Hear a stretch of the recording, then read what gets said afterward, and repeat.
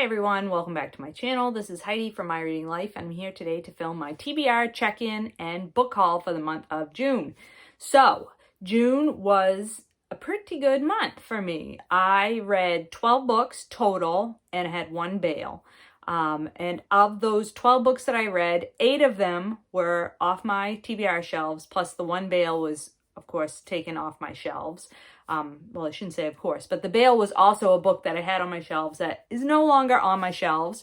So that is a pretty good number. So let's just take a look at the old balance sheet, shall we? So let's see. As you can see here, I had 8 books in. 8 books I read off my shelf. I brought in 8 books. I had 1 book that I unhauled, and so that left me with a monthly total of -1, which brings my overall TBR balance down to 134, which is definitely good, definitely moving in the right direction. And even though I feel pretty good that even though I brought in 8 books, 8 new books into my house, I cleared out 9 books out of my house. So that's positive, right? That's positive. We're going to go with it. We're going to take our victories where we can get them. And let's talk about the new books that showed up here in the month of June. So the first 2 books I have to talk to you about are books that were sent to me by Greystone Press as a for review, and they were sent to Doris and I for the Book Naturalist Book Club. So I'm very excited to talk to you about Seed to Dust, Life, Nature, and a Country Garden by Marc Hammer. And I had previously read his book, How to Catch a Mole, I think. And that was like, these books are just gloriously beautiful. And How to Catch a Mole was a really beautiful book too. So then it's tan underneath, which is very nice. But look at these end papers.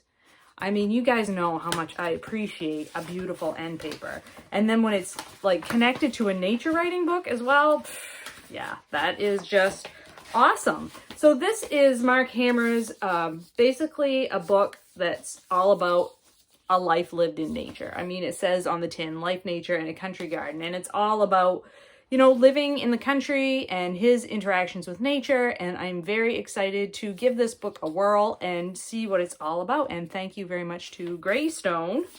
Show you their thing again, for sending that along. So the second book they sent to Doris and I was Peter Wolleben,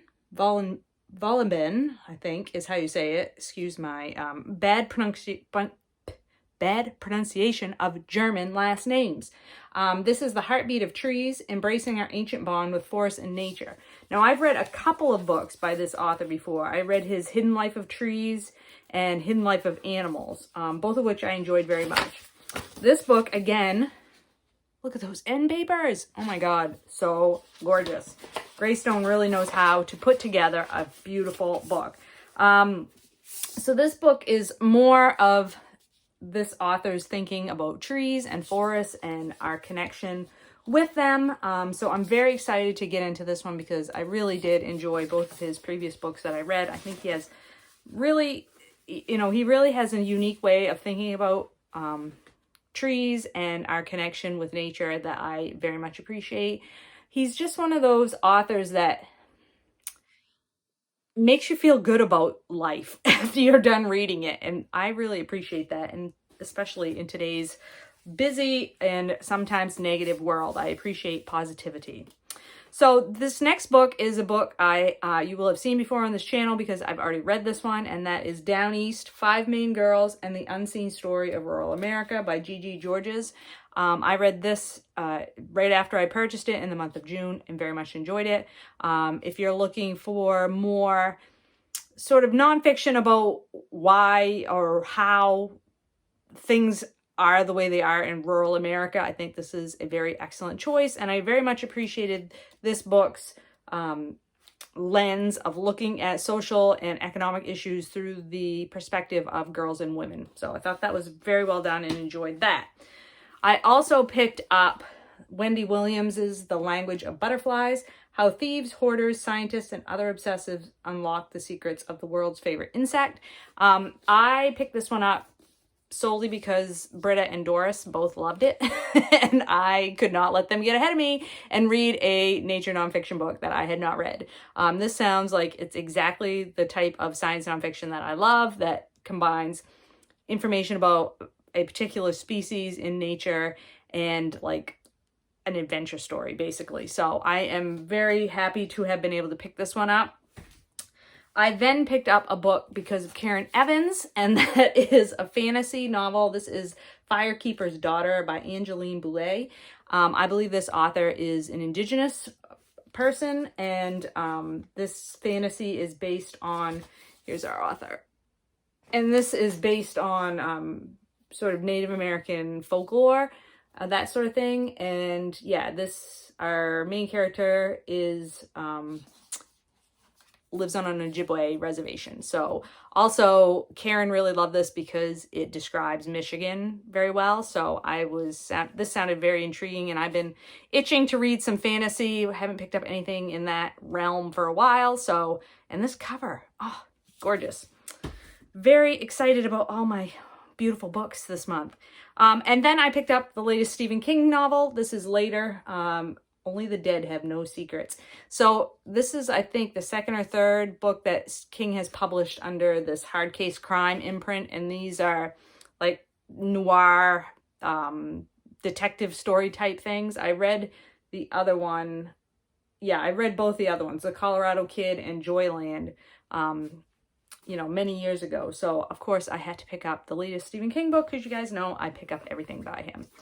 And then these last two books are purchases that I made on Juneteenth in order to commemorate Juneteenth. So I decided I would go online and I would pick a Black-owned bookstore and I would order some books from that. So I picked Cafe Noir, which is in Memphis, and they sent me my books wrapped up really nicely, like tied with twine with a little postcard and the little bookmark in there. If I've kept the photo, I'll insert it here. And so then I chose, for my books, I chose two books because of the themes from June. I picked, for Pride Month, I picked Giovanni's Room by James Baldwin. I've read 3 or 4 other James Baldwin books, but I have not yet read Giovanni's Room. And this is set in 1950s in Paris, and it's about 2 men living together, I believe, or something like that. But anyway, I've heard lots about Giovanni's Room, even though I can't describe the plot to you, and I've been wanting to read it. So I picked that one up for Pride Month. And then, because it was Cribathon last month, I picked up A Small Place by Jamaica Kincaid. Also, this was last month's pick for Read Around the World Book Club, which is hosted by Mel from Mel's Booklet Adventures. And this is an essay about that Jamaica Kincaid wrote about, it's not about Jamaica. It's about a Caribbean island, and I can't remember which one. Maybe Antigua. Yeah, Antigua, excuse me. And I really love this cover too. It's so pretty. So I'm interested to read this. I have not yet read anything by Jamaica Kincaid yet, and I know that that Karen over at Run Right Reads has read this one and recommends it, and lots of people read it, like I said, for the Read Around the World Book Club last month. And of course I'm behind because I just got this, but that's all right, because now I have it and I can read it. So that's what I brought into my home in the month of June, and I feel pretty good about still 6 months into this project, and I'm going in the right direction still. So fingers crossed, we will keep maintaining our balance here for the next 6 months. Wouldn't it be nice to get all the way to the end of 2021 and still be in the negative number overall? So we'll see. Anyway, I hope you're all doing well and finding some great books to read, and I will talk to you later.